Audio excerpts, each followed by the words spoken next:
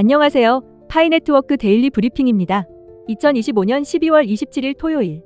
오늘은 OKX 기준 파이코인 가격과 함께 오늘의 주요 이슈 그리고 파이네트워크가 왜 스캠 논란에 휩싸여 있는지 팩트 중심으로 정리해드리겠습니다.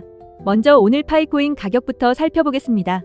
2025년 12월 27일 오전 8시 기준 OKX 거래소에서 파이코인 가격은 약 0.205달러 수준입니다. 24시간 기준으로는 약 0.8% 소폭 하락한 모습이며 현재 파이는 0.20달러 부근에서 박스권 흐름을 이어가고 있습니다. 오픈 메인넷 이후 기록했던 고점 약 3달러 대비 여전히 큰 조정을 받은 상태로 단기적으로는 0.20달러 지지선 유지 여부가 시장 심리의 중요한 구간입니다. 먼저 공식 업데이트 현황입니다. 최근 24에서 48시간 기준으로 파이네트워크 공식 블로그, 공식 X 계정, 공식 겟앱을 통해 새롭게 발표된 공식 공지는 확인되지 않았습니다.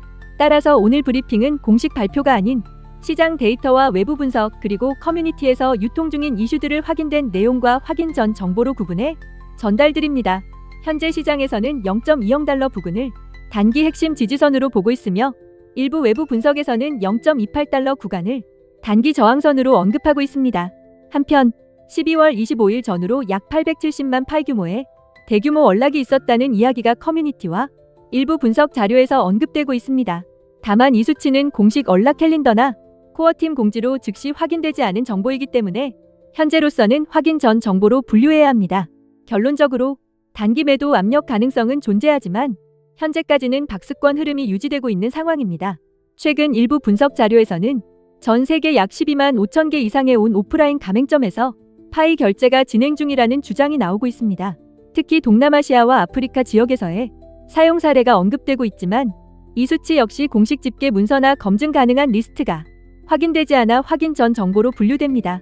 일부 지역에서 실제 결제 시도가 존재하는 것은 사실로 보이지만 규모와 지속성에 대해서는 추가 검증이 필요합니다. 또 하나 주목받는 이슈는 AI 기반 KYC 처리 속도가 약 50% 향상되었다는 주장입니다. 이 역시 외부 분석 자료와 커뮤니티를 중심으로 유통되고 있는 내용이며 현재 기준으로는 공식 릴리즈 노트나 코어팀 공지에서 정량적 수치가 확인되지는 않았습니다. 다만 KYC 효율화를 통해 메인넷 마이그레이션을 가속화하려는 방향성 자체는 기존 공식 Q&A와 맥락상 일치하는 부분이 있습니다. 이제 오늘의 핵심 주제, 파이네트워크 스캠 논란에 대해 정리해 보겠습니다. 파이네트워크가 사기 혹은 스캠으로 불리는 이유는 단일 사건이 아니라 여러 논란이 누적된 결과입니다. 첫째, 추천인 시스템을 통해 채굴 속도가 증가하는 구조가 다단계 피라미드 구조와 유사해 보인다는 비판입니다. 둘째, KYC 과정에서 여권, 신분증 등 민감한 개인정보를 요구한다는 점에서 개인정보 보호 우려가 지속되고 있습니다. 셋째, 2019년 시작 이후 오랜 기간 메인넷이 지연되며 희망 고문이라는 비판을 받아왔습니다.